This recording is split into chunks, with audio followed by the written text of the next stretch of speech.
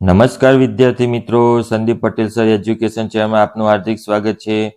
બાળકો, આજે આપણે જોઈ રહ્યા છીએ ધોરણ 4 વિષય પર્યાવરણ સ્વાધ્યાય પોથી ભાગ 4માં પ્રકરણ નંબર 9 સાથે જમીએ તેનું સંપૂર્ણ સોલ્યુશન બાળકો આપણે આ વિડીયોની અંદર જોવાના છીએ. તો બાળકો, મારો વિડીયો પૂરેપૂરો નિહાળજો અને વિડીયો જોતા પહેલા મારી ચેનલને સબસ્ક્રાઇબ કરો, બેલ આઇકન દબાવો, જેથી તમને રોજ નવા વિડીયોનું નોટિફિકેશન મળતું રહે. અને મારી ચેનલ ગમે તો તેને બીજા બાળકો સુધી શેર કરો, લાઈક કરો.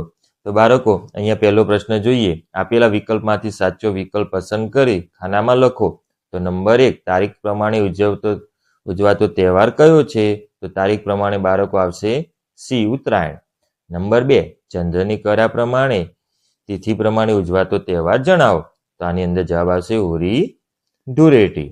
નંબર 3, મકર સંક્રાંતિનું બીજું નામ શું છે? જણાવો. તો મકર સંક્રાંતિનું બીજું નામ છે ડી બરાબર ઉત્તરાયણ. તો જવાબ આવશે ડી. બાળકો, આપણે પાના નંબર 70 ની અંદર સંપૂર્ણ સોલ્યુશન જોઈ રહ્યા છીએ. તો અહીંયા પ્રશ્ન નંબર 4, કયા કંદમૂળનો ઉપયોગ તમે ઊંધિયા બનાવવા નહીં કરો? તો આની અંદર જવાબ આવશે એ બરાબર બીટ. નંબર 5, મારો સમાવેશ રાષ્ટ્રીય તહેવારમાં ન કરી શકો. તો આની અંદર જવાબ આવશે એ 14મી જાન્યુઆરી. બાળકો, અહીંયા તમને એક નીચે જોડકા આપ્યા છે.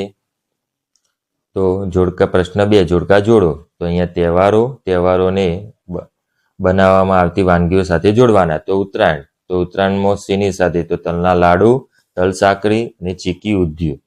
નંબર 2, હોળી ધૂળેટી, તો એની સાથે ખજૂર અને ધાણી. નંબર 3, રમજાન ઈદ, તો તેને સેવ, ખુરમા અને પૂરી. નંબર 4, દિવાળી, તો દિવાળીને મીઠાઈઓ, દૂધપાક, પૂરી, ખીર, ફરસાણ. નંબર 5, જન્માષ્ટમી, તેને ફરારી વાનગી અને પંજરીનો પ્રસાદ તેની સાથે આપણે જોડવામાં આવે છે. અહીંયા ત્રીજો પ્રશ્ન, ખોટા શબ્દ ચેકી નાખો. નંબર 1, હોળી ધૂળેટી ભાઈબીજ એટલે રંગોનો તહેવાર. તો અહીંયા ભાઈબીજ ના આવે, હોળી ધૂળેટી રંગોનો તહેવાર છે. નંબર 2, શાળામાં અલ્પાહાર મધ્યાહન ભોજન રિસેસમાં આપવામાં આવે છે.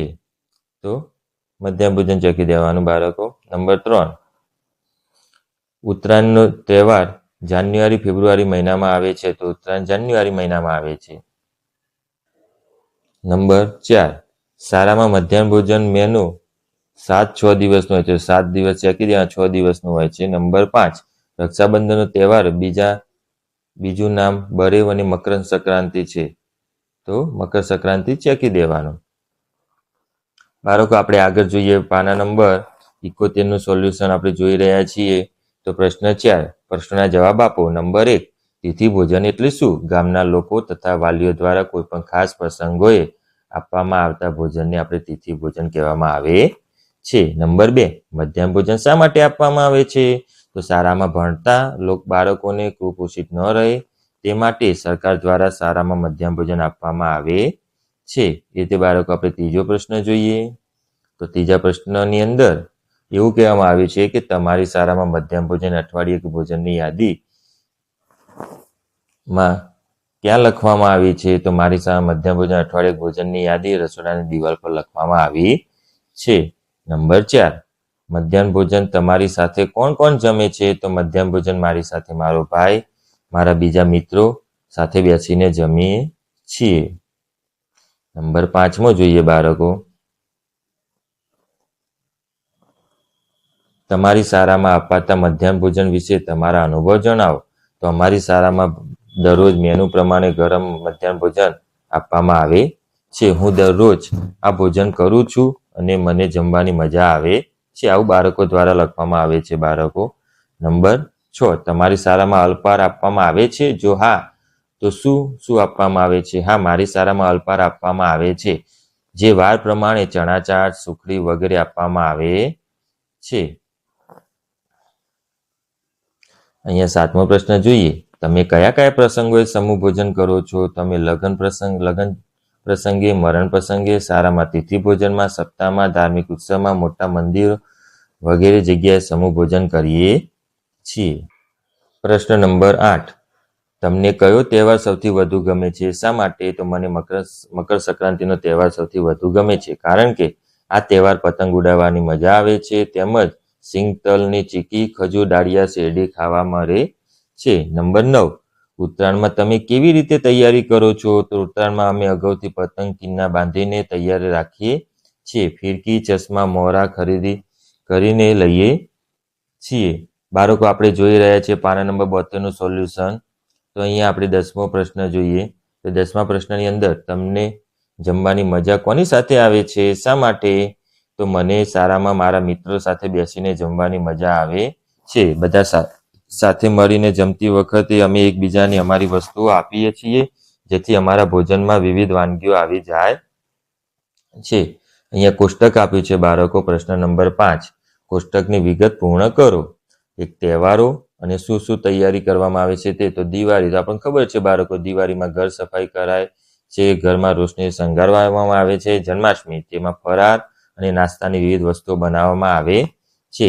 ઈદ, તો સેવ, ખુરમા, પૂરી વગેરે બનાવવામાં આવે છે. ધૂળેટી, તો કેસુડો તેમજ બીજા રંગો બનાવવાની તૈયારી કરવામાં આવે છે. અહીંયા બાળકો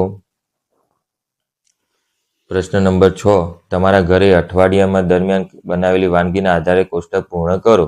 તો બાળકો અહીંયા દિવસ, વાનગી શામાંથી બને છે, કોણ બનાવે છે?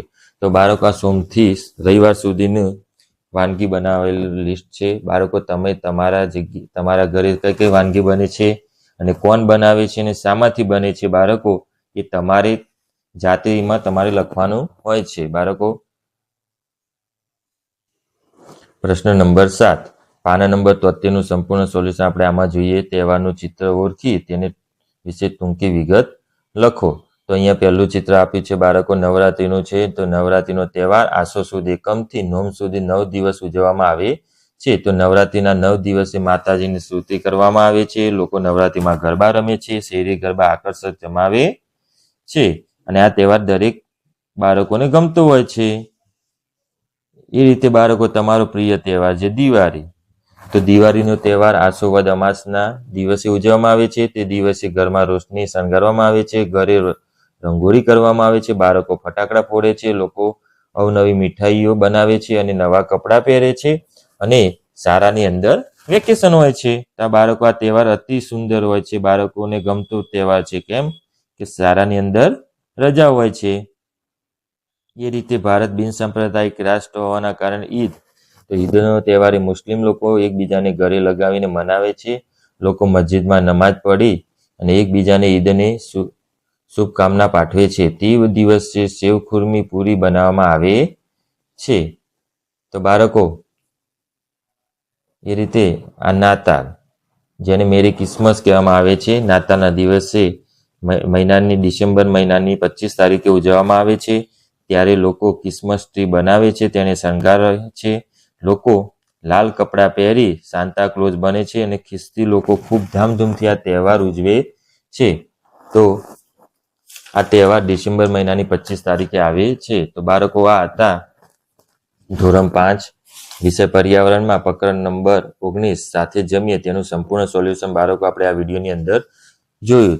તમને મારો વિડીયો ગમ્યો હોય તો મારી ચેનલને સબસ્ક્રાઇબ કરો, બેલ આઇકન દબાવો, જેથી તમને રોજ નવા નવા વિડીયો નોટિફિકેશન મળતું રહે અને મારો વિડીયો બીજા બાળકો સુધી શેર કરો. આવજો બાળકો, આવતીકાલે આપણે આ સમય ફરીથી મળીશું. Good night.